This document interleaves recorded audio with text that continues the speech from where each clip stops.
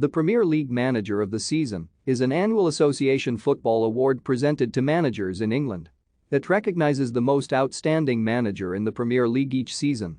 The recipient is chosen by a panel assembled by the league's sponsors and is announced in the second or third week of May. The award was established during the 1993-94 season by then-league title sponsor Carling. For sponsorship purposes, it was called the Carling Manager of the Year from 1994 to 2001, the Barclaycard Manager of the Year from 2001 to 2004, and since 2004 known as the Barclays Manager of the Season. In 1994, the inaugural Manager of the Season award was given to Manchester United manager Alex Ferguson for retaining the league championship. The current holder of the award is Liverpool manager Jurgen Klopp.